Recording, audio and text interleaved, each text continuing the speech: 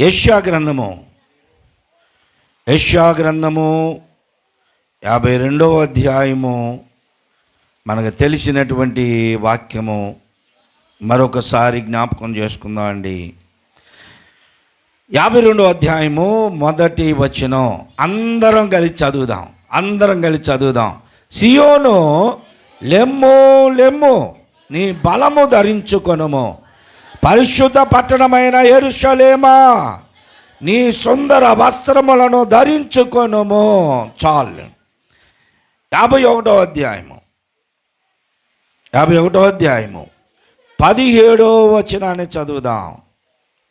యెరూషలేమా లెమ్ము లెమ్ము, యెహోవా క్రోధ పాత్రను ఆయన చేతి నుండి పుచ్చుకొని త్రాగిన దానా, తూలి పడ చేయు పాత్రలోనిదంతటిని త్రాగిన దానా, లేచి నిలువము. కళ్ళు మూసుకోండి, చిన్న ప్రార్థన చేస్తాను.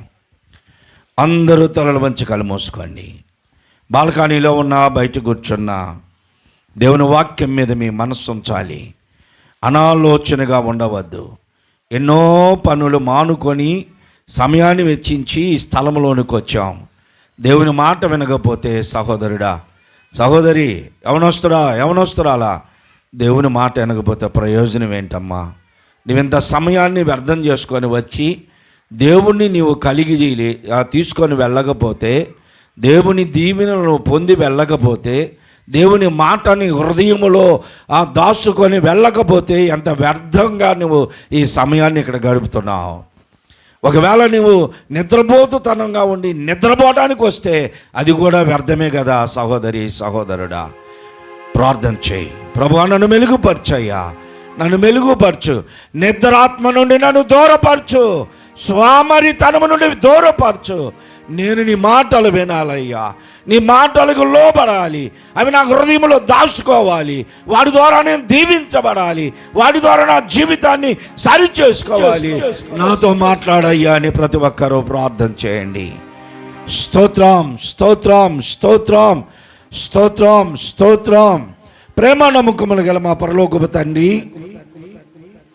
మీ ప్రియకుమారుడు మా రక్షకుడైన యేసుక్రీస్తు పరిశుద్ధ నామములో ఈ మధ్యాహ్న కాల సమయంలో తండ్రి మీ పాద సన్నిధానంలోనికి వచ్చానయ్యా.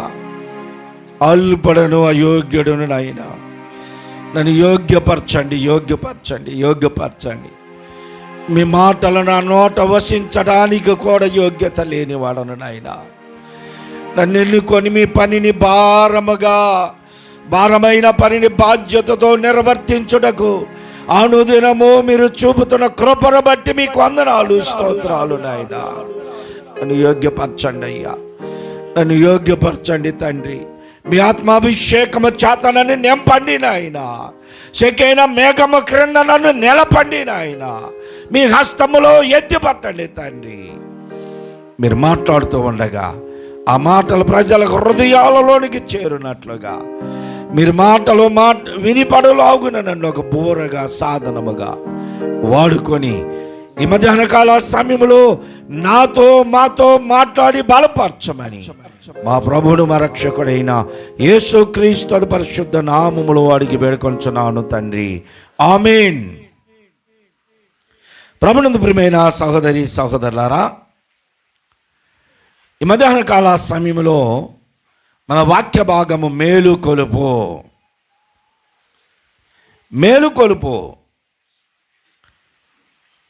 ప్రతి కుటుంబంలో ప్రతి వ్యక్తి మేలుకొల్పబడడానికి కొన్ని కార్యక్రమాలు ఉంటాయి. వాటి ద్వారా వారు మేలుకొల్పబడతారు. నిద్రలో ఉన్నవాడిని మేలుకొల్పడానికి అలారం ఉంటుంది, అలారం మోగుతూ ఉంటుంది. కొంతమంది రోజు అనుకుంటారు పొద్దున్నే ఇంక రేపటి నుంచి 5 గంటలకు లేవాలని అలారం పెట్టుకొని పెద్ద సౌండ్ పెట్టి చౌకాడ పెట్టుకుంటారు ఫోను. అది మోగుతూనే ఉంటుంది. దానికంటే ఎక్కువ గొర్రక వీళ్ళది వినపడతా ఉంటుంది. వీళ్ళు లేవరు, మేలుకొలుపు లేదు. ఎంత అలారం మోగినా లేవరు వాళ్ళు. ఆ మధ్య మేలుకొలుపు అలారంతో లేవని వారు ఉన్నారు. మనం పడుకుంటే మన చెవు కాడే భర్త పండుగ గాఢ నిద్రపోతుంటే భార్య ప్రార్థన చేస్తూ ఉంటుంది. ఎక్కడో వినపడుతున్నట్టుగా ఉంటుంది, కానీ వీళ్ళు మైకులో ఉంటారు, లేవలేరు. కొన్ని సందర్భాల్లో భర్త ప్రార్థన చేసుకుంటూ ఉంటే భార్య అలాగనే పడుకొని ఉంటుంది. కొంతమంది తల్లిదండ్రులు ప్రార్థన చేస్తూ ఉంటే పిల్లలు అలాగనే ఉంటారు. కొన్ని సందర్భాల్లో నీకు మేలు కొలుపు దేని ద్వారా కలగాలో ఇప్పుడు నిద్రను వదిలిపెట్టేసేయండి.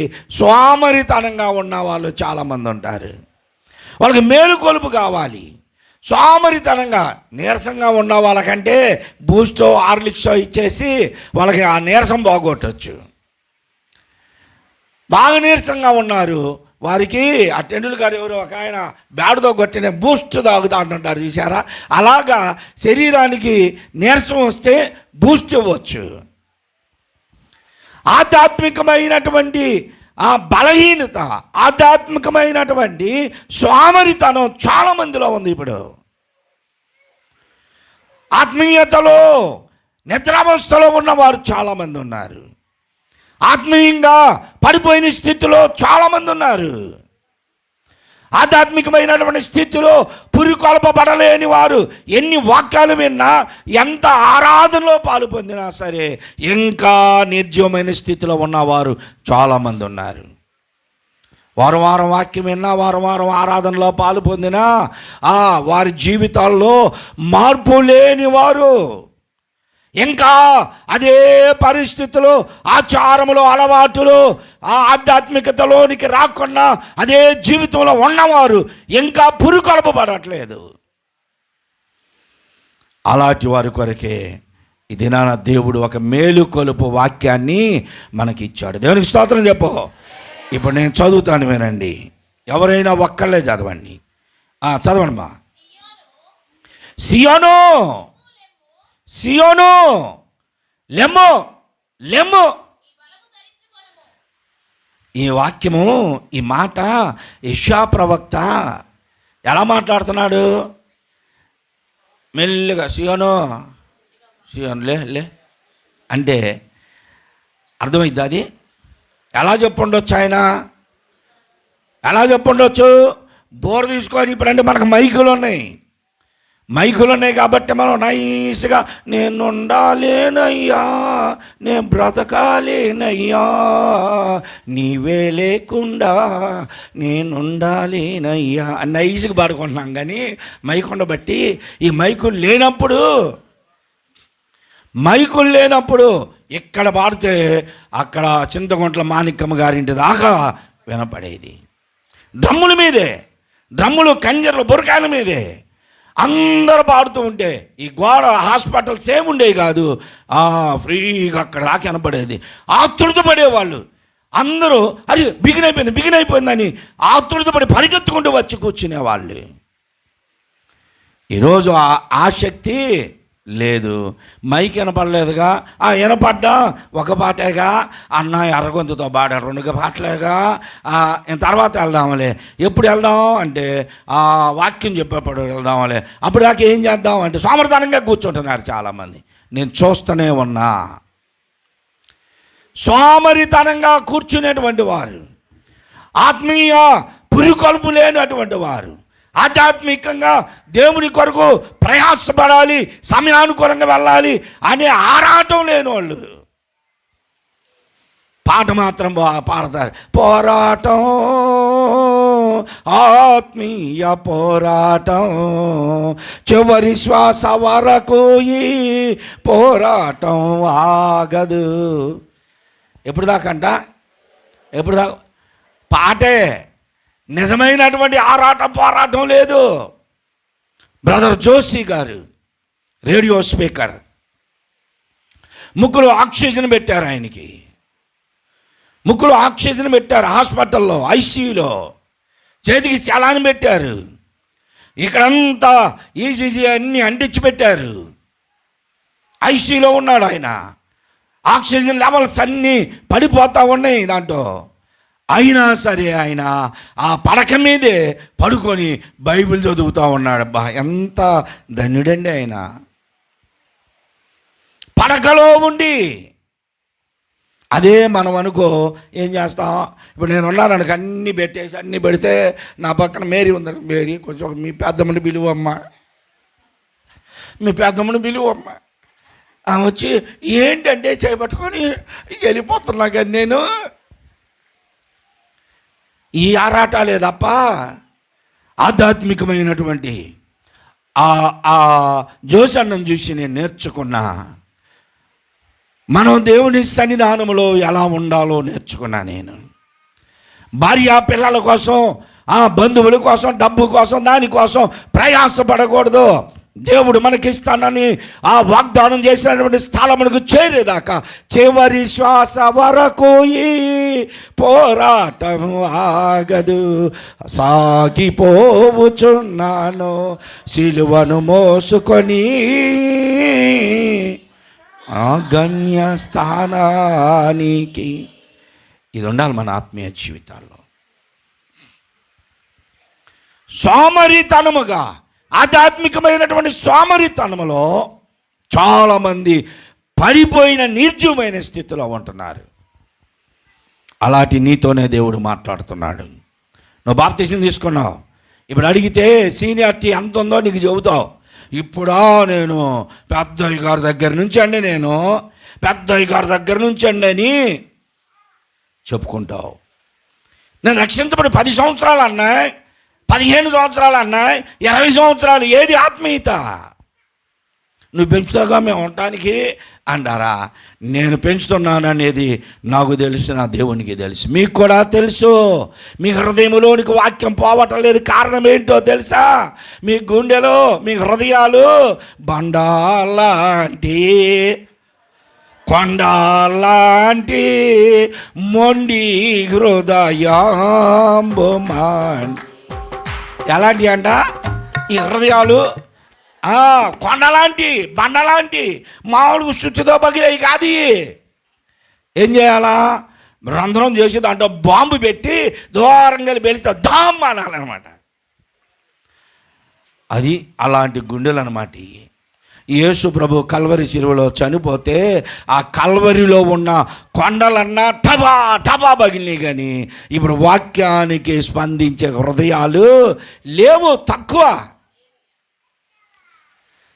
అన్నమాట. కొద్దిమంది అక్కడ ఉన్నారు. వాక్యానికి స్పందించేటువంటి హృదయాలు ఎలా ఉంటాయి తెలుసా? వాక్యం వినపడుతూ ఉండగా, ప్రభువు మనతో మాట్లాడుతూ ఉండగా హల్లెలూయా అంటుంటారు అందరూ. అంటే వాక్య స్పందన లేదన్నమాట. స్పందన లేని దగ్గర వివరణ. ఎవరైతే వారి జీవితాల్ని విమర్శించుకోరో అక్కడ బైబిల్ వాక్య వివరణ ఉన్నా వారికి పట్టదు. ఎందుకంటే ఎవరికి వాళ్ళే నేను అన్నిటిలో యోగ్యురాలను అనుకుంటారు. చూసారా? అలా అనుకుంటున్నావు కాబట్టి వాక్యము నీ హృదయములోనికి వెళ్ళటం లేదు. నాకు నేను ప్రతి దినము ఒప్పుకుంటా ప్రభుతో, ప్రభు అనే బలహీనని, నా మాటల్లో, నా క్రియల్లో, నా చూపుల్లో, నా చేతల్లో బలహీనతలు లేవని అనుకుంటే నేను మోసం చేసినట్టే. నా బలహీనతలు క్షమించాయా, నా హృదయమును మెత్తన చేయి, నలగొట్టు. వాక్యం అనే శుద్ధి చేత నన్ను నలగొట్టు. గర్వం, అతిశయం, అహంభావం లేకుండా నలగొట్టు. మన నడకలో, మన మాటల్లో, మన కళ్ళల్లోనే కనబడింది మన అహంభావం. కనపడదా? ఒక్కొక్క సావుకుడైతే ఇట్లా పెట్టుకొని ఇట్లా వెళ్తూ ఉంటాడు, లేకపోతే బైబిల్ని ఇట్లా పట్టుకొని ఇట్లా వెళ్తూ ఉంటాడు. బ్యాగులు వాళ్ళ నడకలో తెలిసిపోద్ది, నాకంటే ఇంకెవ్వరో పెద్దోళ్ళు లేరు అని వాళ్ళు చెప్పుకుంటాం. అందులోనే కనిపిస్తుంది. మన ఎదురు ఎవరినన్నా మనం చూస్తే వారిని పోలి, ఎవరిని చూసి చెడిపోయిన జీవితాలు ఉంటాయి చూసారా, వాళ్ళని చూసి వాళ్ళని పోలి జీవిస్తావే తప్ప ప్రభు దగ్గరికి నడిపించే నీ సేవకులను, సేవకురాండ్లను, నీకంటే ముందున్న సీనియర్ విశ్వాసులు, ఆత్మీయంగా బ్రతుకుతున్న వారిని నువ్వు చూసి నీ జీవితాన్ని మేలుకొలుపుకోలేకపోతున్నావు. అందుకని ఇప్పుడు చదువుకున్నటువంటి వాక్యంలో దేవుడు ఈ దినాన మనతో మాట్లాడుతున్నాడు. యెరూషలేమా, యెరూషలేమా అన్నాడు. 51:17 అంటున్నాడు యెరూషలేమా అన్నాడు. 52 అంటున్నాడు సియోను అంటున్నాడు. వినండి దేవుని స్తోత్రం చెప్పండి. బైబిల్ గ్రంథంలో ఒక 10 పట్టణాలను గురించి చెప్పబడిని. ఆ పట్టణాలను బట్టి ఆ పట్టణాల్లో ఉన్న వారిని కుమారి అని పిలువబడ్డారు. బబులోను కుమార్తెలు అన్నాడు, యెరూషలేము కుమార్తెలు, సియోను కుమార్తెలు, కల్దీయుల కుమార్తెలు, యోధా కుమార్తెలు. యోధా పట్టణమా, కల్దీయుల పట్టణమా, బబులోను పట్టణమా, యెరూషలేము పట్టణమా, సియోను పట్టణమా అని బైబిల్లో ప్రత్యేకంగా పిలువబడ్డారు. బబులోను కుమార్తెలు, బబులోను పట్టణము పాపులకు సాదృశ్యముగా ఉన్నది. యెరూషలేము పట్టణము, యెరూషలేము కుమార్తెలు నామకార్థపు క్రైస్తవులకి సాదృశ్యముగా ఉన్నది. ఎన్నోసార్లు వింటానే ఉన్నారు కదా మీరు. యెరూషలేము నామకార్థపు క్రైస్తవులకి సాదృశ్యం, సియోను రక్షించబడిన వారికి సాదృశ్యం. యోధా పట్టణము, యోధా కుమార్తెలో ప్రభు కొరకు ప్రతిష్ఠించుకొని ప్రత్యేకించబడిన వారికి సాదృశ్యం. దేవునికి స్తోత్రం. ఇప్పుడు ఈ ముగ్గురులో నీవు ఎవరిలాగున్నావు? బబులోను కుమార్తె లాగున్నావా? బబులోను పట్టణం లాగున్నావా? లోక సంబంధమైనటువంటి ఆచారములతో ఉన్నావా? పాపంతో ఉన్నావా? బబులోను పట్టణము వలె ఉండడానికి వీల్లేదు మనము. యెరూషలేము పట్టణము, యెరూషలేము కుమార్తెలు నామకార్థపు జీవితం కలిగిన వారు, నామకార్థపు ఆచారములు కలిగిన వారు. విశ్వాస జీవితంలో ఇది నాన్న చాలామంది ఎలాగనే ఉంటున్నారు. 1 గంట అయింది టైం. సరే ముగిస్తాను నేను త్వరగా. నామకార్థపు జీవితాల్లో ఉంటే యెరూషలేముతో పోల్చబడింది. ప్రభు కొరకు రక్షించబడి ప్రత్యేకించబడినటువంటి వారుగా ఉంటే సియోనుకి పోల్చబడింది. ఇప్పుడు దేవుడు పిలుస్తున్నాడు, ఇద్దరిని పిలుస్తున్నాడు. ఎవరెవరిని అంటే నామకార్థపు జీవితంలో ఉన్న యెరూషలేమును పోలిన విశ్వాసుల్ని పిలుస్తున్నాడు.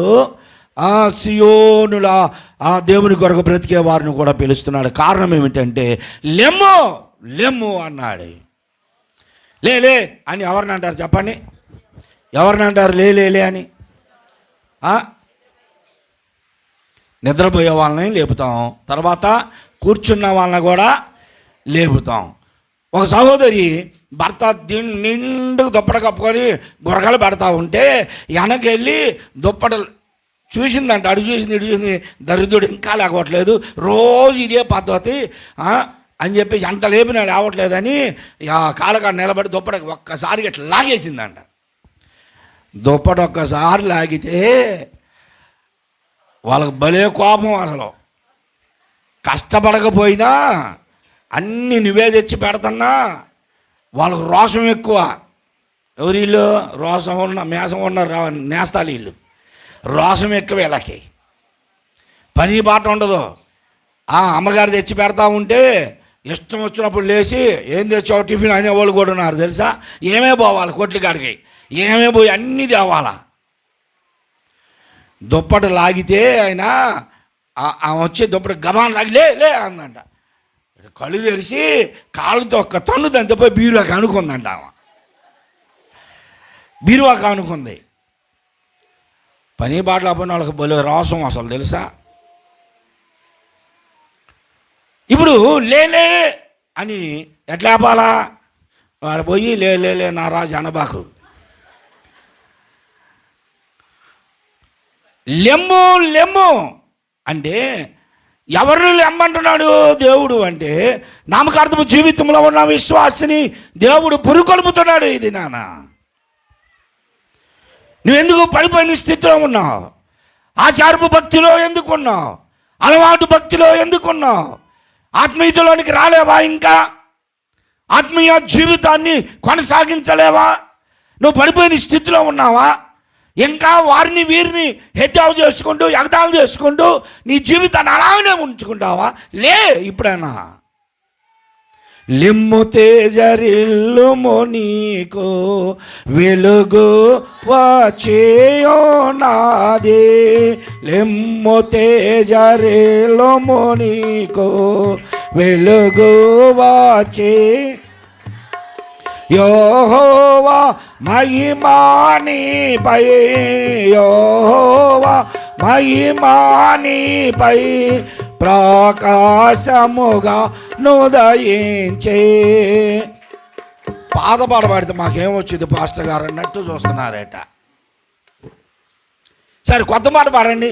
లెమ్ము తేజరిల్లుము అని.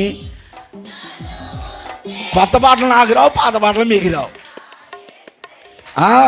నన్ను ఉత్తేజపరిచిన నా యేసయ్యా, నేను ఎవడే ఉంటానయ్యా, నేను లెగితే మంచిదాన్ని కాదు, నేను లెగితే మంచివాడిని కాదు అన్నట్టు ఎక్కడున్నారు అక్కడే.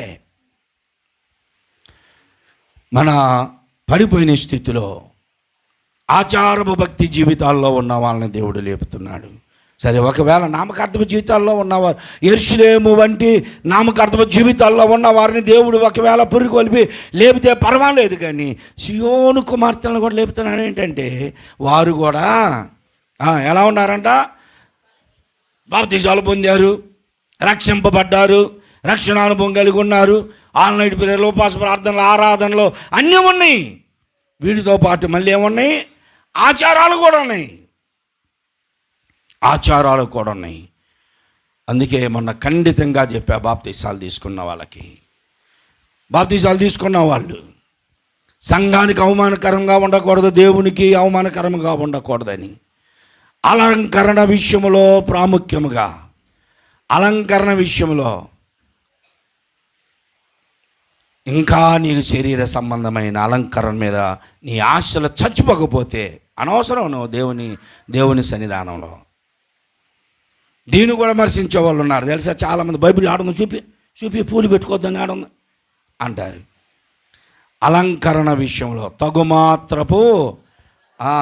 తగుమాత్రపు మొన్న మా సందే ఎంటికలు ఎరబోసుకుంటే నేను అన్న ఎంటికలు ఎరబోసుకునే జడేసుకో అంటే బైబిల్ ఏం చెప్పాను అన్న అంటుంది. ఏం చెప్పాడు అంటే జడలు అల్లుకొనుటయు అన్నాడుగా, జడలు అల్లుకోవద్దన్నాడుగా. అది చెప్పింది. మన ఇష్టం వచ్చిన అర్థాలు మనం తీసుకుంటాం. జడలు అల్లుకొనుటయు అను లోక సంబంధమైన ఆచారములుగా వేసుకోవద్దు. అల్లుకోవద్దంటే అలా అల్లుకోవద్దు అన్నాడు. నీటికి జడ వేసుకోవద్దు అన్నాడా?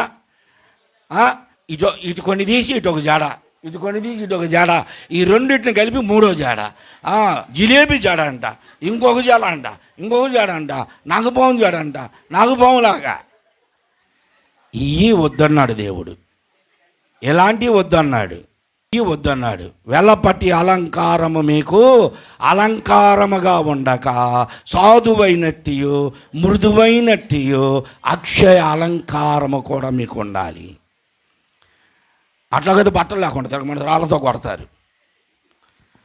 బట్టలు ఉండాలి. తగమాత్రపు వస్త్రముల చేతనే కానీ మిమ్మల్ని మీరు ఎక్కువగా అలంకరించుకోవద్దు అన్నారు. తగుమాత్రపు వస్త్రముల చేత మనం అలంకరించుకోవాలి. తగుమాత్రపు అలంకరణ మనకు ఉండాలి. సియోను అని పిలుస్తున్నాడు నిన్నే. రక్షించబడిన విశ్వాసి, క్రీస్తు రక్తము చేత కడగబడి బాప్తిస్మ అనుభవంలో, రక్షణ అనుభవంలోనికి వచ్చి సంఘములో ఉన్నటువంటి పడిపోయి ఆచారాల్లో మిళితమైపోయిన నిన్ను పిలుస్తున్నాడు దేవుడు. సియోను లెమ్ము, లే, నీ ఆచారాలు విడిచిపెట్టు, లోక సంబంధమైనటువంటి అలవాటులను విడిచిపెట్టు, లోక సంబంధంగా ఆలోచించడం, నడవడం, జీవించడం దేవుని దృష్టిలో తప్పు కనుక దాని ప్రకారంగా వద్దని ఇప్పుడు మేలు కొలుపుతున్నాడు. నువ్వు నా స్థితిలోనే ఉంటే దేవునికి నీవు దుఃఖాన్ని కలిగిస్తావు. పరిశుద్ధాత్మను దుఃఖపరచకుడి అన్నాడు. ఎవరిని దుఃఖపరుస్తున్నావు ఇప్పుడు మనం? ఎవరిని? తండ్రి అయిన దేవుణ్ణి దుఃఖపరిచారు మన పితరులంతా. తండ్రి అయిన దేవుణ్ణి దుఃఖపరిచారు. 106వ కీర్తనలో చెబుతాడు, మా పితరుల వలె మేము కూడా నీ ఎదుట పాపము చేసి దోషమును కట్టుకున్నామయ్యా, మమ్మల్ని లేపి నిలబెట్టు అని ప్రార్థన చేశాడు దైవజనుడు. మన పితరులు తండ్రి అయిన దేవుణ్ణి, మనకంటే ముందు ఉన్నటువంటి మన తండ్రులు ప్రభువైన యేసుక్రీస్తుని ఈరోజు మనము పరిశుద్ధాత్మను దుఃఖపరిచే స్థితిలో ఉన్నాం. పరిశుద్ధాత్మని నీ పక్కనే నిలబడి దుఃఖం చేత మిమ్మల్ని ఇంకా హెచ్చరిస్తున్నాడు. నా కుమారుడా, నా కుమార్తె రా, ప్రభు పిలుస్తున్నాడని. ఇక్కడ ఏమంటున్నాడంటే, లెమ్ము నీ బలమును ధరించుకో. ఏం ధరించుకోవాలి? ఇప్పుడు ఏం ధరించుకోవాలి? బలమును ధరించుకోవాలి. ఏ బలం? పొద్దున్నే లేచి శనగలు నానబెట్టుకొని అయ్యో నట్స్ అంట, మరి సైకిల్కి బిగిచ్చాయో మరి బండ్లకి బిగిచ్చాయో కానీ వాల్నట్స్ అంట.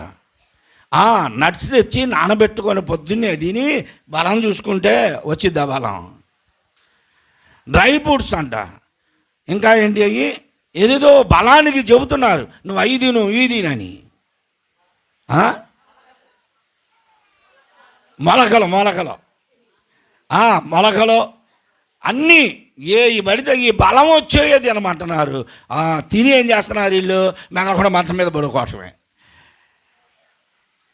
ఇన్ని ఆరోగ్య సూత్రాలు పాటించి సోమరితనంగా ఉన్నంత మాత్రం ఉపయోగం ఉందా? కష్టపడి పనిచేస్తే దాని అంతటా అదే వచ్చింది బలం. కష్టపడి పనిచేసేవాడు పచ్చిమిరకాయ టమాటా పచ్చడి తిన్నా శరీరానికి బలం వచ్చింది. నాలాంటి వాళ్ళు పని లేకుండా పలావు తిని పడకుండా నీరసమే. కష్టపడితే శక్తి వచ్చింది. ఇప్పుడు ఏమంటున్నాడంటే, శరీర సంబంధమైన బలమును కాదు దేవుడు చెబుతుంది, ఆత్మ సంబంధమైన బలమును కోల్పోయావు. పాట మాత్రం పాడతావు, యెహోవా నా బలమా యథార్థమైనది నీ మార్గం. ఆ పాట అన్న ఎట్లా పాడతారు? యెహోవా నా బలమా. ఏది బలం? ఏది? నీరసంగానే పాడుతున్నాం. యెహోవా తమకు దేవుడు కాగలిగిన జనులు ధన్యులు. దేవుడు నీకు తండ్రి అయి ఉన్నాడు, నీ స్వాస్థ్యమై ఉన్నాడు, నీవు ఆయన స్వాస్థ్యమై ఉన్నావు. కాబట్టి ఇప్పుడు నీకు బలం ఎవరో తెలుసా? నీ దేవుడు. దేవుని బలమును కోల్పోయావు, ఇప్పుడైనా లే. ఇప్పుడు ఏం ధరించాలా? బలమును ధరించు. బలం ఎక్కడ వస్తుందో చెప్పండి. బలం ఎట్లా వస్తుంది? దానయ్య గారి దగ్గర తెచ్చుకున్నా బలం రాదు, మేరుకుమార్ అక్క దగ్గర తెచ్చినా బలం రాదు. లేకపోతే మెడికల్ షాప్కి పోయి శ్రీని గారి దగ్గర ఎంత పెద్ద టానిక్ చేసా తెచ్చుకొని ఆ టానిక్ తాగడానికి అచ్చుపడిది అంటే ఒక్క దెబ్బకి అరడేసింది ఏంటంది. డాక్టర్ తాగమంది ఒక్క మూత అయితే బలం ఎక్కువ రావాలని 2 మూతలు తాగుతుంది. అరడేసిన అట్టుపల్లి తింటుంది, 4 గుడ్డలు తింటుంది, అయినా బలం లేదు, ఏమి లేదు. ఎంత తెచ్చిపెట్టాలో నీకు? నా సంపాదన అంతా పోతుంది, కానీ మంచంలో నుంచి రావట్లే. ఇది శరీర సంబంధమైనది. ఆత్మ సంబంధమైన స్థితిలో కూడా ఇలాగనే ఉన్నారు. ఒకవేళ నా వాక్యము మీకు బలాన్ని ఇవ్వటలేదేమోనని సావుకుల్ని పిలుచుకొచ్చి చెబుతున్నా సరే, ఆ సమయంలో కూడా ఏమైనా హుషారుకుంటున్నారా? దేవునికి వందనాలు చెబుతున్నారా? హల్లెలూయా చెబుతున్నారా? ఆమేన్ అంటున్నారా? ఉద్యమంగా ఉంటున్నారంటే లేదు. అప్పుడు కూడా ఇలాగనే ఉన్నారు. ఇదే స్థితిలో ఉన్నారంటే ఎప్పుడు బలం లేని వారిగా ఉన్నారు. ఇప్పుడు అంటున్నాడు, నామకార్థపు జీవితంలో ఉన్నా, ప్రభుని కలిగి ఉన్నా, నువ్వు దేవునిలో ఉంటున్నాను అనుకుంటున్నా, నీకు బలము తగ్గింది. ఏం బలము అది అంటే వాక్య బలం తగ్గింది, ప్రార్థనా బలం తగ్గింది, ఆత్మీయ బలం తగ్గింది. ఆధ్యాత్మిక స్థితి నీ హృదయములో మంట కలిగిస్తూ ఉంటే అప్పుడు నీవు ఆగవు. ఏ క్షణమును నీవు ఆగవు. వెంటనే లేచి దేవుని ఆరాధిస్తావు, స్తుతిస్తావు. ప్రతి పనికి దేవుని కృతజ్ఞత చెబుతావు. ప్రతి ఆపదలో నుండి తప్పించబడిన దేవుణ్ణి నీవు ఆరాధిస్తావు. ప్రతి అవసరతలో నీకు ఆదుకున్న దేవునికి నీవు ఆరాధన చేస్తావు. కృతజ్ఞతాభావం ఎప్పుడూ నీ గుండెల్లో రగిలిపోతూ ఉంటుంది. సహోదరుడు కానీ పాడాడు, గుండె నిండా యేసు ఉంటే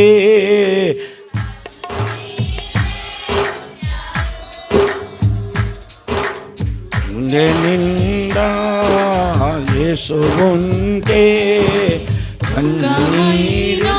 సంతోషం,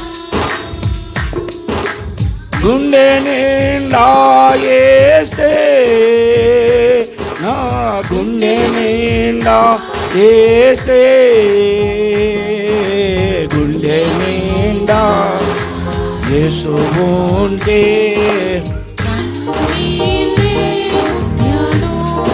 దేవుడు మన హృదయంలో ఉంటే మన కన్నీరైనా, దుఃఖమైనా, వేదనైనా, బాధ అయినా ఏంటంట, అవి ముత్యాలే మన కన్నీళ్ళు. దేవుని కొరకు, సంఘం కొరకు, కుటుంబాల కొరకు, మన నశించిపోయిన ఆత్మల రక్షణ కొరకు మనం ప్రార్థన చేస్తూ ఉంటే మన కన్నీరుని దేవుడు కవలిలో దాస్తాడు. దేవునికి స్తోత్రం. కాబట్టి నీ బలమును ధరించి. ప్రియ సహోదరి సహోదరులారా, గడిచిన సంవత్సరంలో నీ ఆత్మీయ బలము వీడిపోయింది, ఆధ్యాత్మిక స్థితి కోల్పోయావు, బైబిల్ చదవటం లేదు, ప్రార్థన చేయడం లేదు, దేవుని సన్నిధానములో నీవు దేవుణ్ణి మొరపెట్టడం లేదు. ఇప్పుడైనా సరే మేలుకొలుపు. దేవుడు నిన్ను మేలుకొలుపుతున్నాడు. నీ బలమును ధరించు. తర్వాత ఏమంటున్నాడు? పరిశుద్ధ పట్టణమైన యెరూషలేమా, నీ సుందర వస్త్రమును ధరించు. నీ సుందర వస్త్రమును విడిచిపెట్టేశావు. రక్షించబడి పాట పాడుతుంటే, ప్రార్థన చేస్తుంటే పక్కన వినేవాళ్ళు, చూసేవాళ్ళు మనల్ని చూసి ఈ సహోదరి ఎంత ఆత్మీయంగా జీవిస్తుంది, ఈ సహోదరుడు ఎంత ఆత్మీయంగా జీవిస్తున్నాడు, వారు మాట్లాడితేనే వినాలనిపిస్తుంది, వారు మాట్లాడితేనే మనం వారి దగ్గర కూర్చొని ఆ మాటలే వినాలనిపిస్తుందని ఎంతోమంది మిమ్మల్ని చూసి మురిసిపోయిన వాళ్ళు ఉన్నారు. ఈరోజు ఆ స్థితి ఉందా? ఈరోజు ఆ స్థితి ఉందా? ఒక పాట అన్న పాడావా? పోయిన సంవత్సరం గుర్తుపెట్టుకోండి, పోయిన సంవత్సరంలో 52 ఆదివారాల్లో ఒక ఆదివారం అన్నా నువ్వు పాట పాడావా? నాకు మైకి ఇస్తే ఎందుకు పాడను నేను అంటావు కదా. నేను పాడదామని వచ్చానన్నా, ఎప్పుడు వచ్చావు అన్నాయ్, అయిపోయినాక లాస్ట్ పాట అంటాం చూడు, అప్పుడు వచ్చి కూర్చొని ఏది ఇస్తావా ఇవా, లేకపోతే వెళ్ళిపోతావు అనుకుంటున్నావు అని. సింగల్గా పాడితేనే పాట కాదు, ఎవరైనా ఒక్కళ్ళ పాడుతుంటే అందరూ పాడండి. ఎంత ఆనందంగా ఉంటుందో, ఎంత ఆనందమో. మేమందరం అలా పాడాం, మేమందరం అలానే దేవుని స్తుతించాం, ఆరాధించాం. మేమందరం దేవుని ఆరాధించిన సమయాలు, అందరం ప్రార్థన చేసి అందరూ పాట పాడుతూ ఉంటే ఎంత ఆనందంగా ఉండేది తెలుసా? ఒక ధూపం ఇలా పైకి లేచినట్లుగా ఉండేది. ధూపం పైకి లేచినట్లుగా ఉండేది. మైకులు కూడా లేవు ఆ రోజుల్లో, మైకులు కూడా లేవు. కష్టములెన్నో కలుగుచుండినా నష్టరాంబోలో నీపై, కష్టములెన్నో కలుగుచుండినా నిష్ఠురములో, దుష్ట జనములపై దుమికి తరిమినా, దుష్ట జనములపై దుమికి తరిమినా,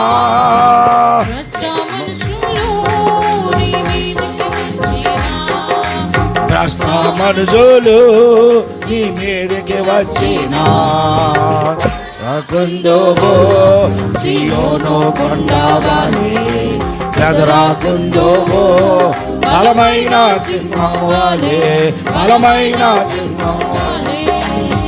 యేసయ్యా నీ చెంతనుండగా ఏ చింత నీకింకా లేదుగా, యేసయ్యా నీ చెంతనుండగా ఏ చింత నీకింకా లేదుగా. ఆ పాట పాడుతూ ఉంటే అందరూ పాడితే కలిసి డ్రమ్ము మీద ఆ చివరికి వినపడేది.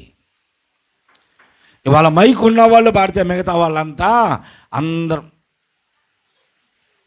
నోరు బిగిచ్చే కూర్చుంటున్నారు. వచ్చిన పాటలే పాడుతున్నారు, అందరూ కొత్త పాటలే పాడుతున్నారు, అయినా కలిసి పాడలేకపోతున్నాం. పోయిన సంవత్సరం అంతటలో నువ్వు దేవుని సన్నిధానంలో పాట పాడకుండా ఎన్ని వారాలో గడిపావు. దేవుని సన్నిధానంలో నీ పేరు చెప్పలేదని నువ్వు ప్రార్థన చేయకుండా ఎన్ని వారాలో గడిపావు. ఎన్ని ఉపవాస ప్రార్థనలకో తప్పిపోయావు. ఎన్ని ఆరాధనలకో ఎప్పుడో నీ ఇష్టం వచ్చినప్పుడు వచ్చి కాసేపు కూర్చున్నావు. ఎన్నో వారాలు దేవునికి దూరంగా ఉన్నావు. ఈ సంవత్సరం అయినా పురుకొలబడతావా? నూతన తీర్మానంలోనికి వస్తావా? కాకపోతే ఏమనుకున్నావు 31వ తారీఖున ఇక అయ్యా ఈ సంవత్సరం నేను బాగానే ఉంటాను అనుకున్నావు, కానీ ఏది ఈ సంవత్సరమైన ఒక నూతన తీర్మానంలోనికి రా. నా బలమును నేను ధరిస్తానయ్యా. యెరూషలేము వలె నామకార్థపు జీవితాన్ని జీవించను. సియోను వలె ఆత్మీయంగా బలపడి మరలా నీరసించిపోను. నా సుందర వస్త్రమును నేను ధరిస్తా. ఇప్పుడు గత సంవత్సరంలో నీ సుందర వస్త్రము విడిచిపెట్టావేమో. సుందర వస్త్రం అంటే ఏంటి? దేవుడు మనకిచ్చినటువంటి రక్షణ వస్త్రం, ఉల్లాస వస్త్రం, ఆనంద వస్త్రం, మహిమ వస్త్రం, ఇవన్నీ నీవు విడిచిపెట్టావు. ఇప్పుడైనా సరే పురుకొల్పబడదాం. మనం విడిచిపెట్టినటువంటి ఆ సుందర వస్త్రాన్ని దేవుడు అంటున్నాడు, నీ సుందర వస్త్రమును నీవు ధరించుకో. తర్వాత ఏమన్నాడు? ఇక మీదట సున్నతి పొందని వారు ఒక్కరైనను ఇక మీదట సున్నతి పొందని వారు ఒక్కరైనను అపవిత్రుడు ఒక్కడైనను నీ లోపలికి రాడు. దేవునికి స్తోత్రం చెప్పండి. చాలా ఉంది వివరించాల్సింది, ఒక్క అధ్యాయంలోనే చాలా ఉంది, కానీ సమయం లేదు. నువ్వు లేచి సుందర వస్త్రమును ధరిస్తే ఇక నీలోనికి ఎవరు రారంట. ఎవరెవరు సున్నతి పొందని ఒక్కరైనను అంటే పరిశుద్ధత లేని వారు. అది నాడు మన పితరుల కాలములో శరీరమునకు సున్నతి చేయబడింది, కానీ ఇప్పుడు మనము హృదయమునకును, మనస్సుకు, మన చెవులకి, మన సమస్త దేహమును కూడా సున్నతి అనే పరిశుద్ధతను కలిగి ఉండాలి. ఇప్పుడు సున్నతి దేనికి పోల్చబడింది? పరిశుద్ధతకి. పరిశుద్ధతను పొందాలి. పరిశుద్ధత లేని ఏ కార్యము కూడా నీ లోపలికి రాదు. ఎన్నొచ్చినాయి నీ లోపలికి దేవులాడుకో. ఎన్ని సున్నత లేని కార్యక్రమాలు నీలో ఉన్నాయో ఒకసారి జ్ఞాపకం చేసుకో. ఎన్ని ఆలోచనలు, అలవాటులు మనలోనికి వచ్చినాయో, నీలో తిష్ట వేసి కూర్చున్నాయో ఒకసారి జ్ఞాపకం చేసుకో. అన్నీ జ్ఞాపకం చేసుకో. సహోదరి, సహోదరుడా, సున్నతి లేని వారు ఒక్కరైనను నీలోకి ప్రవేశించరు. అపవిత్రులు ఒక్కరైనా, అపవిత్రమైన కార్యములు ఒక్కటైనా నీలోనికి రాదు అంటున్నాడు. ఎప్పుడు రాదంట? నీవు లేచి నీ ఆత్మీయ బలమును పొందుకొని సుందర వస్త్రమును ధరిస్తే ఎలాంటి అపవిత్రమైన విషయాలు ఏవి కూడా నీలోనికి రావు అంటున్నాడు. రావు. లోక సంబంధమైన అపవిత్రమైన కార్యములు ఎన్నో ఉన్నాయి, అలవాట్లు, ఆచారములు అన్నీ మనలోనికి రాకుండా ఉండాలి అంటే మనం ఏం చేయాలంటే మొట్టమొదటగా సుందర వస్త్రమును ధరించాలి. సుందర వస్త్రమును ధరించాలి. ఎవ్వరునూ మనలోనికి రారు గనక ఇప్పుడు ఏమంటున్నాడంటే, ధూళి దులుపుకొనుము యెరూషలేమా లేచి కూర్చుండము. అంటే పడిపోయిన స్థితిలో ఉన్నావు కాబట్టి ఇప్పుడు లేచి ఏం చేయాలంట? లేచి దానికి ముందు ఏమంటున్నాడు? ధూళి దులుపుకొనుము. ఒక విషయం చెప్పి నేను ముగిస్తా, చాలా ఉన్నాయి. ఇదివరకు కోళ్ళు పెంచే వాళ్ళకి తెలుసు. ఇప్పుడు ఎవరు ఇళ్ళ దగ్గర కోళ్ళు లేవు. కోళ్ళు పెంచితే అది గుడ్లు పెట్టి పొదిగేస్తారు, కుంపటి మీద పొదిగేస్తారు.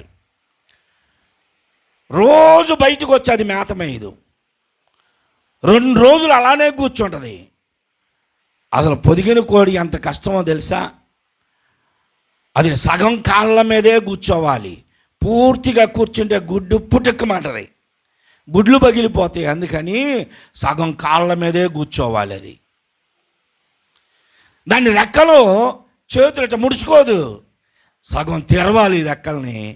ఆ గుడ్డులన్నిటిని దాని రెక్కల కిందకి, పొదివిటి కిందకి నెట్టుకొని వెట్ట కలిగిస్తుంది, వేడి కలిగిస్తుంది. ఎన్ని రోజులు ఉంటుందో తెలుసా? అలాగా ఆ గుడ్ల మీద పొదిగి 21 రోజు ఉంటుంది. 3 రోజులకు 4 రోజులకు ఒక్కసారి దాన్ని ఏమంటారు, దాని మీద నుండి పొదగేసిన కుంపటి మీద నుండి లేచి బయటకు వస్తుంది. ఈ కదలకుండా కుంపటి మీద కూర్చోటాన దానికి ఏమవుతుందో తెలుసా? పేలు పడతాయి. కోళ్ళు ఇంట్లో ఉంటే ఇంటి నిండా పేలు ఉంటాయి. పేలు పడతాయి. అదేం చేస్తుందంటే 2 రోజులకు ఒకసారి 3 రోజులకు ఒకసారి బయటకు వచ్చేసి దెబ్బలు ఉండేవి. ఇంతకుముందు దెబ్బలు ఇంట్లో ఆ పొయ్యిలో బూడిదంతా తీసుకెళ్ళి ఆడ వేస్తే దెబ్బ మీదకి వెళ్ళి, లేకపోతే దుమ్మున్న కాడకి వెళ్ళి అది అందులో గుంట అది చేసి ఆ మట్టి అంతా ఆ ముట్టితో ఒళ్ళంతా నింపుకుంటుంది. ఎందుకు? దాని శరీరం మీద ఉన్నటువంటి ఆ పేలు పోవాలంటే దుమ్ము మొత్తం ఒళ్ళంతా చేసుకుంటుంది.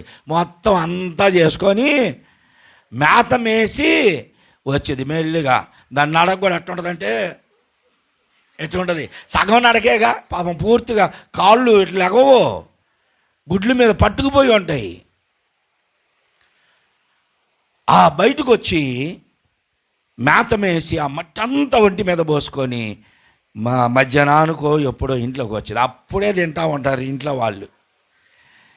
నడింట్లోకి వచ్చి ఒక్కసారి ఎట్లా అంటది, ఒక్కసారి రెక్కలు మొత్తం ఇట్లా అనేసరికి ఆ మట్టి దుమ్ము ధూళి మొత్తం పేలుతో సహార పడతాయి.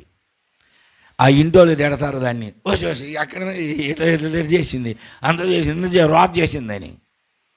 దులుపుకోవటం అంటే దాని ఒంటి మీద పట్టిన పేలుతో సహా, అది పోసుకున్న దుమ్ముతో సహా మొత్తాన్ని ఏం చేసిద్ది, అది ఇదిలిచ్చేసిద్ది. మరలా ఎల్లి గుడ్ల మీద కూర్చుంటుంది. సేవకుడి పని కూడా అదే. ఇప్పుడు సేవకుడు కష్టం ఎంతో తెలుసా? నిండుగా కూర్చుంటే గుడ్లు పగిలిపోతాయి, చేతులు ఇతనేమో వాటికి వెట్ట తగలదు, వేడి తగలదు. అందుకని సేవకుడు ఎప్పుడూ కూడా సంఘమును కాపాడడానికి, విశ్వాసాలను కాపాడడానికి ఎప్పుడూ సుఖానుభవాలన్నిటిని వదులుకొని కొన్ని సందర్భాల్లో కష్ట పరిస్థితుల్లో కూడా దేవుని పని కొరకు ప్రయాసపడతాం. సేవకుడిగా నా అనుభవాలు ఎన్నో ఉన్నాయి.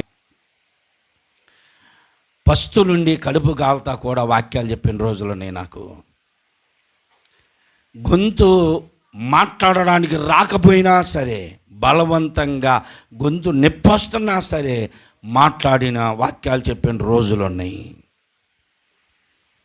ఆకలితో అలమటిస్తున్నా, ఆకలి బాధ ఎట్లున్నా సరే మర్చిపోయి దేవుని సన్నిధానంలో వాక్యాలు చెప్పిన రోజులున్నాయి. దేవునికి స్తోత్రం.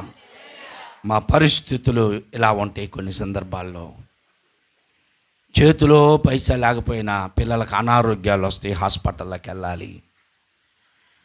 నాకు ఒక అలవాటు ఉంటుంది, ఏంటంటే చర్చి కానీ దేవుని పని కానీ ఇచ్చిన డబ్బులు ఎప్పుడూ నేను నా ఇంట్లో అవసరతలకు వాడను. నా దగ్గరున్న అలాగనే ఉంటా. చిన్న మొక్క రాసి ఎవరిచ్చారు దేనికి ఇచ్చారని దాంట్లో పెట్టేసి పెడతా, లేదంటే సహోదరులకి ఇచ్చేస్తాను. నాకు అలవాటు లేదు, అట్లా వాడను. ఎన్నో అవసరతలు ఉన్నాయి. ఎన్నో సందర్భాల్లో కష్టపడ్డాం, బాధపడ్డాం, శ్రమలు అనుభవించాం. అలాంటి పరిస్థితుల్లో కూడా సంఘం కొరకు మేము ప్రార్థన చేసాం. ఏం ప్రార్థన తెలుసా? అయ్యో మా కష్టాలు ఉన్నాయి కానీ వాళ్ళకు కూడా కష్టాలు పెట్టాయి అని కాదు. మేము కష్టంలో ఉన్న సంఘ విశ్వాసుల కష్టాల్లో ఉండకూడదు. మేము శ్రమల్లో ఉన్న సంఘ విశ్వాసులు శ్రమలు అనుభవించకూడదు. మేము పస్తుల్లో ఉన్న విశ్వాసులు ఎప్పుడు కూడా కడుపు నిండారుగా దీవించాయి వాళ్ళని. ఇది మా ప్రార్థన. మా కుటుంబంలో అనారోగ్యం ఉండవచ్చు, కానీ విశ్వాసుల కుటుంబాల్లో అనారోగ్యాలు ఉండకూడదు. మా కుటుంబాల్లో సమస్యలు ఉండవచ్చు, విశ్వాసుల కుటుంబాల్లో సమస్యలు ఉండకూడదు. మా దేహంలో ఎంత ఆకలి బాధ అయినా విశ్వాసుల కుటుంబాల్లో ఉండకూడదు. ఎలాంటిది మా పరిస్థితి? ఆ కుంపటి మీద ఉన్న కోడి పరిస్థితి. ఎందుకు? కారణం ఏంటంటే మాకు కూడా నిందలో అవమానాలు, ఇలాంటి కష్టాలు ఇవన్నీ పేర్లాగా చుట్టుకుంటూ ఉంటాయి. వాటన్నిటిని మేము ఎప్పటికప్పుడు దులిపేస్తూ ఉంటాం. అపవిత్రుడు ఒక్కడైనను నీలోనికి రాకుండా అన్నాడు దేవుడు. రావు. ఇప్పుడు నీ పరిస్థితి ఏంటి? నీ పరిస్థితి ఒక్కసారి ఆలోచింపజేద్దాం. మోకరించండి, కళ్ళు మూసుకోండి. దేవుని సన్నిధానంలో ఉన్నాం. మనల్ని మనమే పరీక్షించుకుందాం. ఎవరో మనకు చెప్పాల్సిన పని లేదు. యెరూషలేమా, సియోను, సియోను లెమ్ము లెమ్ము, 1కి 2 సార్లు హెచ్చరిస్తున్నాడు దేవుడు. ప్రియ సహోదరి సహోదరుడా, అందరూ మోకరించండి, మోకాల మీదకి రండి, అందరూ మోకరించండి, అందరూ మోకరించండి. ప్రభు యొక్క రక్త మాంసాల్లో పాలు పొందబోతున్నాం. మనల్ని మనం పరీక్షించుకుందాం. గడిచిన సంవత్సరంలో నీ దేహమునకు అంటిన దుమ్ము కాదు కానీ నీ మనసు, హృదయం, నీ ఆత్మీయ జీవితాన్ని మలినపరిచిన ఆ బలహీనతలు ఏమిటో దానితోనే మరలా ఈ సంవత్సరంలో ప్రవేశించావేమో. నీవు అదే బలహీనతల్లో ఆరాధనలో పాలు పొందుతున్నావేమో. ఇప్పుడు ప్రభు అంటున్నాడు, లెమ్మో, లే, నువ్వు పడి ఉన్నాడు స్థితి, లేచి కూర్చో, నిలబడు, లే, నిలబడు, పరుగులెత్తు. ఆత్మీయ జీవితంలో కుంటుపడ్డావు, నీ సుందర వస్త్రమును విడిచిపెట్టేశావు. నువ్వు నీ జీవితం అంతా అపవిత్రమైన కార్యములు నీలోనికి ప్రవేశించాయి. వాటన్నిటిని ఒప్పుకుందాం. అందరూ దేవుని సన్నిధానంలో మోకరించండి, హృదయపూర్వకంగా ఒప్పుకోండి, విడిచిపెట్టండి. ప్రభు నన్ను క్షమించయ్యా, యెరూషలేము వలె నేను సుందర వస్త్రములు వదిలిపెట్టేశా, సియోను వలె సుందర వస్త్రములు వదిలిపెట్టా. నన్ను లేవనెత్తండి అయ్యా, నన్ను లేవనెత్తండి ప్రభు. నా బలమును పోగొట్టుకున్నానయ్యా. ఉపయోగము లేని మాటలు మాట్లాడు, ఉచితంగా కూర్చొని ఎన్నో అసలు దేవుని సన్నిధానం రాకుండా ఎన్నో లోక సంబంధమైన విషయాల్లో నా ఆత్మీయ బలమును పోగొట్టుకున్నానయ్యా, నన్ను క్షమించాను. అడుగు, పర్వాలేదు, తప్పు లేదు, అడుగు, దేవుని అడుగు. నీ బలహీనతలు ఒప్పుకో ప్రియ సహోదరి సహోదరుడా. లేవు అని నీవే మోసపరుచుకుంటున్నావు. నీలో బలహీనత లేదని ఎన్నో ఆదివారాలు పోగొట్టుకొని, ఎన్నో శనివారాలు పోగొట్టుకొని, ఎన్నో ఆన్లైన్ ఆ ప్రేర్లు పోగొట్టుకొని బలహీనతలో పడిపోయావు. నీవు బలహీనమైన పేలు, అపవిత్రమైన ఆచారాలు, అపవిత్రమైన తలంపులు, ఊహలు నీ హృదయము, నీ మనస్సుని, నీ జీవితముని నలుముగిపోయినాయి. లే, ధూళి దులుపుకొనుము అంటున్నాడు. అపవిత్రమైనవన్నిటినీ వదిలిపెట్టేశాలి. ఒక తీర్మానంలోనికి వద్దాం, మనల్ని మనమే తీర్మానించుకుందాం. సుందర వస్త్రాన్ని ధరించుకుందాం. మలిన వస్త్రము మార్చివేయండి, మహిమా వస్త్రము ఆ ప్రభువు నీకిచ్చు.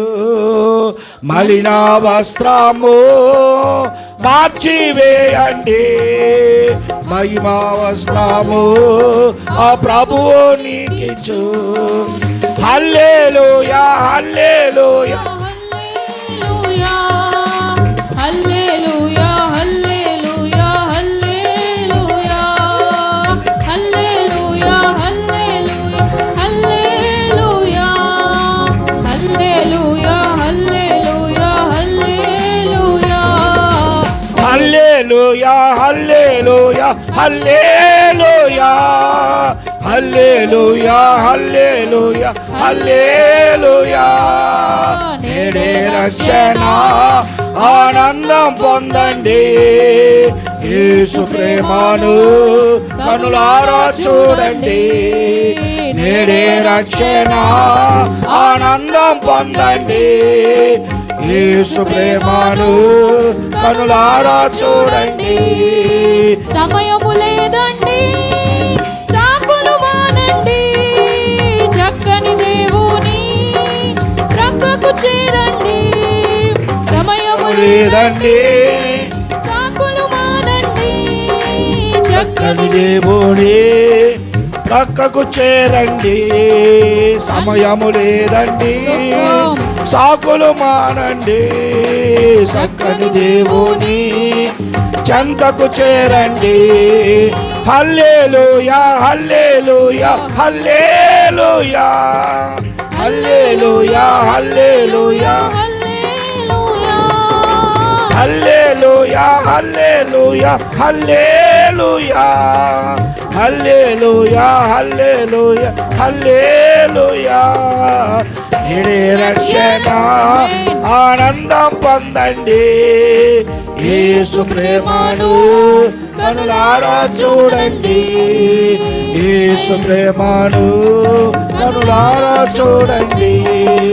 యేసు ప్రేమను కనులారా చూడండి.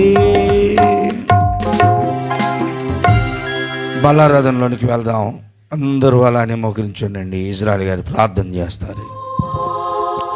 స్తోత్రం స్తోత్రం స్తోత్రం స్తోత్రం స్తోత్రమయ్యా పరిశుద్ధుడా, వందనాలు వందనాలు వందనాలు వందనాలు. స్తోత్రం పరిశుద్ర పరిశుద్ర పరిశుద్ధ నామములో స్తుతి స్తుతి స్తుతి స్తుతి స్తుతి స్తోత్రం స్తోత్రం నైనా స్తోత్రం తండ్రి జీవధిపతి స్తోత్రం నైనా చెంగులు స్తోత్రం నైనా అయా ఇదిగో ప్రభా ఈ దినం తండ్రి ప్రత్యేకంగా ప్రభా మాకు దినం ఏర్పాటు చేసిన దినం బట్టి స్తోత్రం నైనా అయా ఇదిగో ప్రభా ఇంతవరకు నైనా పాటల ద్వారా పరమాత్మ తెలియజేశారు. అలాగనైనా నీ వాక్యం నీ దాసునితో ప్రభా నిజమే నాయన అయా యువతన ఆత్మీయంగా బలము తండ్రి అయా ఆత్మకు ప్రభా నీ శరీరము నీ రక్తము ప్రభా మేము పొందిన వారుగా తండ్రి నాయన శరీర సంబంధమైన బలంతాన్ని వదిలిపెట్టుకొని ఆత్మ సంబంధమైన బలం మేము పొందుతాయి ప్రభా అయా విషయానికి చేసుకుని ప్రభా నిజమే నాయన ఈ శరీరంలో ఆత్మ ప్రభు బలము తండ్రి అయా ఎముకలకు నరాలకు ఎన్నో ప్రభావ సృష్టిమైన ఆహార తినసు కానీ అది శరీరం మాత్రమే కానీ ప్రభుని స్తోత్రం ఉన్నాయన ఆత్మీయ ఆహార ప్రభు ఉన్నాయన నీ వాక్యముతో ప్రభు ఉన్నాయన మీ శరీరముతో ప్రభు నీ రక్త ప్రభు ఉన్నాయన ఆత్మీయ ప్రభు ఆహారము బలం పొంది తండ్రి ఆత్మీయ బలం పొందటానికి తండ్రి మీద అవసరంతో మొదలుగా నాతో మాట్లాడి బలపాచనికి స్తోత్రం ఉన్నాయన నిజమేనాయన వాక్యం తండ్రి ఆత్మకు ఎంత బలమైనదో ఎంత శక్తి కలిగిందో ఎంత జీమ కలిగిందో ఎంత ఆధారము కలిగిందో ప్రభా ఆశతో మాట్లాడేది అయా వందనాలనైనా స్తుతిస్తూ చేసుకోవడం స్తోత్రం ఉన్నాయన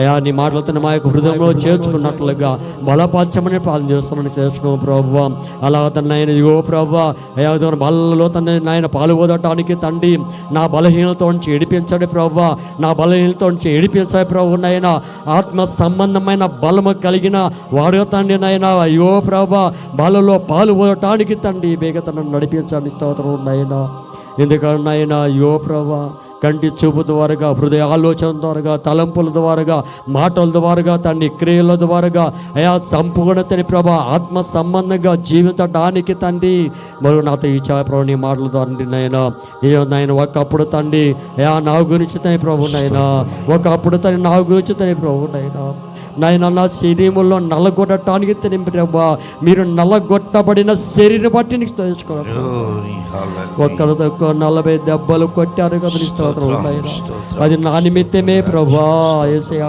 యేసయ్యా స్తోత్రం నన్ను ఆత్మీయంగా నిలబెట్టడానికి ప్రభా మీరు కొట్టబడిన శరీరంతో ప్రభా నేను పాల్గొనడానికి నాకు ఇచ్చినకే నీ స్తోత్రం చేసుకున్నాను ప్రభా అలాగే నాయన యువత ప్రభా నా ప్రాణానికి ప్రాణం పెడతాని ప్రభు నాయన అయా దివో ప్రభు నాయన కొట్టబడితండి అడుగడుగున రక్త బిందు ప్రభు నాయన అడుగడుతని నాయన కొర్రాల దేవత రక్తం కాల్చి ప్రభు యేసయ్యా చేతుల్లో మేకులు కాళ్ళల్లో మేకులు ప్రభా అయా యువత తల్ల కిరీటం పైన మేకులు కొట్టి ప్రభు ఒత్తి తన కిరీటం ఒత్తి ప్రభా ఆ కిరీటం ద్వారగా తండ్రి ప్రభా అయ్యా మీరు చల్లని ప్రభు చూడ నల్లని వారిగా ఉండతని ప్రభా నా ప్రాణానికి ప్రాణం పెట్టిన గొప్ప దేవుడాన్ని తెలుసుకోవడం ప్రభా అయా యువత ప్రభు నీ రక్తం ద్వారా తన దాసరసముగా నన్ను జ్ఞాపకం చేసుకోమని చెప్పారు కదా నీ తెలుసుకో ప్రభు అలా నాయన నీ రక్తంలో ప్రభు పాలు పొందుతుంది ప్రభు నాయన యువ ప్రభు నాయన అర్హత లేని నాకు తండ్రి నాయన అయా అతని పాలు పొందటానికి మీరు ఇచ్చిన సమయాన్ని బట్టి నీకు తెలుసుకునే ప్రభు నన్ను నల్లగొట్టుకున్న తని ప్రభు నన్ను ఇంకా బలపరచని తను నాయన ఏసారి సోదరు నాయన అయా నా మాటల ద్వారాగా తండ్రి నాయన ఎవరినైతే నాయన అన్యుని నాయన నోటి మాట ద్వారాగా ఒకవేళ అతను నాయన ఏ మాట కూడా నా నోటి ద్వారాగా భూత మాటలు రావు కానీ తని ప్రభా భూత మాటలు వచ్చేవారికి నేను చెబుతాను కానీ ఒకవేళ నన్ను నేను అన్నీ ఉంటే నన్ను క్షమించాలి ప్రభా క్షమించని తండ్రి వేగుడిగా సహాయం చేసి బలపరచమని పాలన చేస్తున్నాను తండ్రి అంతేకాదు నాయన నా చంద సిలువ ఎత్తుకొని ప్రభా ఇరుకు మార్గంలో ప్రయాణం చేస్తున్నప్పుడు తన ప్రభా సువార్త ప్రకటించడానికి ప్రభు నాయన నశించిపోయే ఆత్మలు నాయన హెచ్చరిక చేసి దైవ సాకులతో సహోదరులతో అందరూ కలిసి ప్రభా నాయన కర్వ దినములో అనేక మందికి కూడా తెలియజేసడానికి శక్తిని బలమనించి బలపరచమని పాలన చేస్తూ చేసిన ప్రార్థనని పాసలో చేర్చుకొని మా ప్రభు మా రక్షకుడైన యేసుక్రీస్తు పరిశుద్ధ నామములో స్తుతించి ఆరాధించున్నాము తండ్రి. యేసు స్వామి నీకు నేను నా సమస్త మీతోను నీ సన్నిధిలో వసించి ఆశతో సేవింతును. నా సమస్తము నా సమస్తము నా సురక్షక నీకీతు నా సమస్తము నా సురక్షక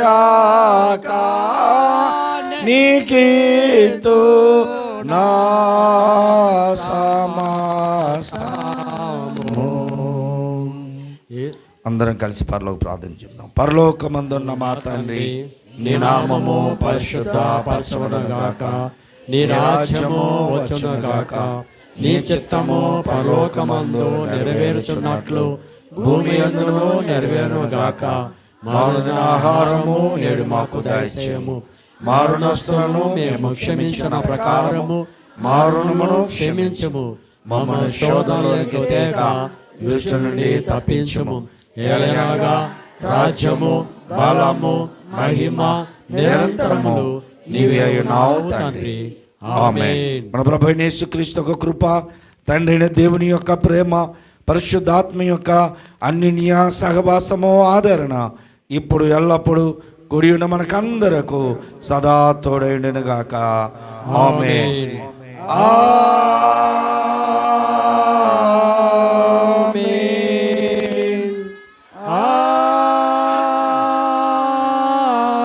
ఆమేన్. ఆమేన్. అందరికి వందనాలు. సెలవు తీసుకోండి.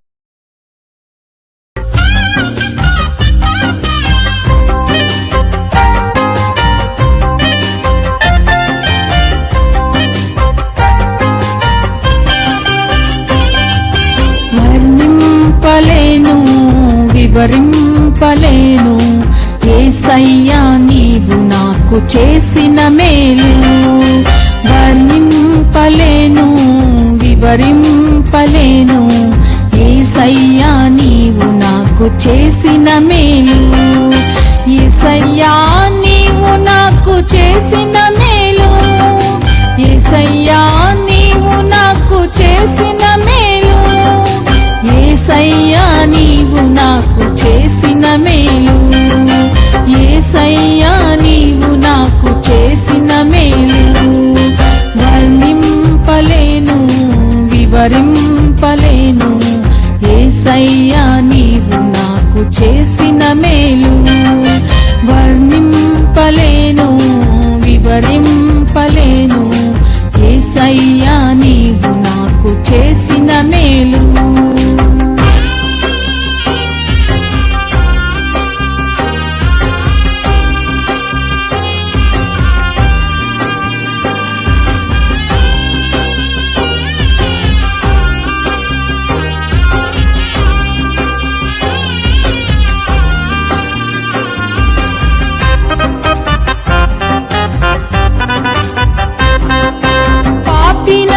నా కొరకు ప్రాణమిచ్చినావు. పాడైపోయిన నన్ను బాగు చేసినావు. పాపినైన నా కొరకు ప్రాణమిచ్చినావు. పాడైపోయిన నన్ను బాగు చేసినావు. ఏమని వర్ణింపను రుణం ఎలా తీర్చను. ఏమని వర్ణింపను రుణం ఎలా తీర్చను. యేసయ్యా నీవు నాకు చేసిన మేలు. యేసయ్యా నీవు నాకు చేసిన మేలు. యేసయ్యా నీవు నాకు చేసిన మేలు. యేసయ్యా నీవు నాకు చేసిన మేలు. వర్ణింపలేను వివరింపలేను యేసయ్యా నీవు నాకు చేసిన మేలు.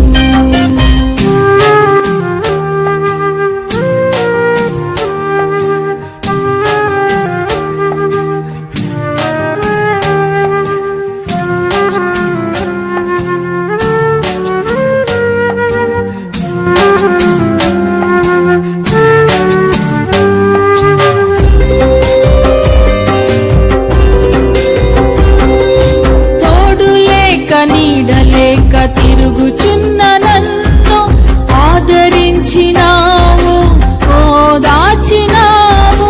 తోడు లేక నీడలేక తిరుగుచున్న నన్ను ఆదరించినావు, ఓదార్చినావు. ఏమని వర్ణింపను, రుణం ఎలా తీర్చను? ఏమని వర్ణింపను, రుణం ఎలా తీర్చను?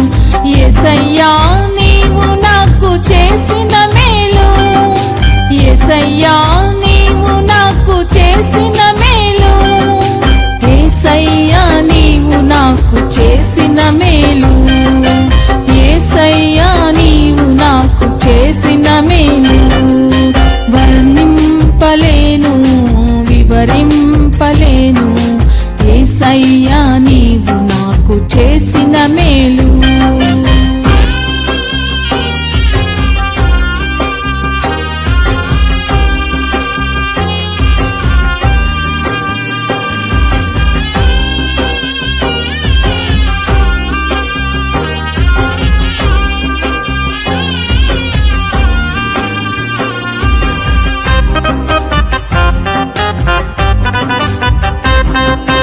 అంధకారమైన నాకు వెలుగునిచ్చినావు, ఆఖరి బొట్టు వరకు రక్తమిచ్చినావు.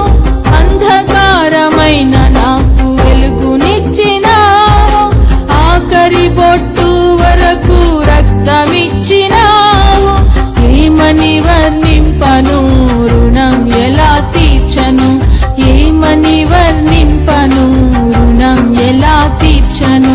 యేసయ్యా నీవు నాకు చేసిన మేలు, యేసయ్యా నీవు నాకు చేసిన మేలు, యేసయ్యా నీవు నాకు చేసిన మేలు, యేసయ్యా నీవు నాకు చేసిన మేలు. వర్ణింపలేను, వివరింపలేను, యేసయ్యా నీవు నాకు చేసిన మేలు.